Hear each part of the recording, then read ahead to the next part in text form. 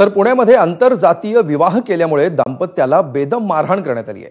विवाहितेचं तिच्या आई आणि भावानंच अपहरण केलंय। या प्रकरणाचा ऑनर किलिंगच्या दृष्टीने तपास सुरू आहे अशी माहिती खेड पोलीस देत आहेत। या दोघांचा आंतरजातीय विवाह 5 ऑगस्ट 2024 ला झाला होता आणि लग्नाला 1 वर्ष होण्याला 2 दिवस बाकी असताना म्हणजे 3 ऑगस्ट 2025 ला तिचं अपहरण करण्यात आलं। सध्या तिच्या पतीवर उपचार सुरू आहेत। या प्रकरणी एपीआय स्नेहल राजे गुरव यांनी काय प्रतिक्रिया दिली आहे? आपल्या माध्यमातून आपल्या सर्वांना आणि माननीय पोलीस साहेब, गृहमंत्री, महाराष्ट्र राज्य व संपूर्ण पोलीस यंत्रणा एकच आपल्या माध्यमातून विनंती करतो की माझ्या पत्नीचा व माझा प्रेमविवाहाच्या माध्यमातून त्यांना केवळ घरच्यांना पटत नसल्यामुळे आज ते आमच्या जीवितावर उठलेले आहेत व आम्हाला शिवे मारण्याचा प्रयत्न करत आहेत। माझ्या पत्नीला कालपासून ते किडनॅप करून घेऊन गेलेले आहेत। तिचा काही कुठे आता पत्ता भेटत नाही।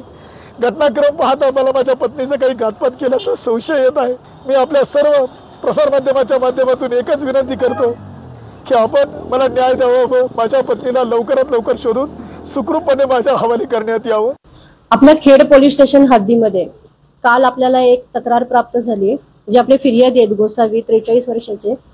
त्यांची असं तक्रार आहे की मागील 1 वर्षापूर्वी त्यांचा एका 28 वर्षीय महिलेशी आंतरजातीय विवाह झालेला आहे। तो आंतरजातीय विवाह असल्यामुळे तिच्या घरच्यांचा साहजिकच प्रथमतापासून त्यांना विरोध होता।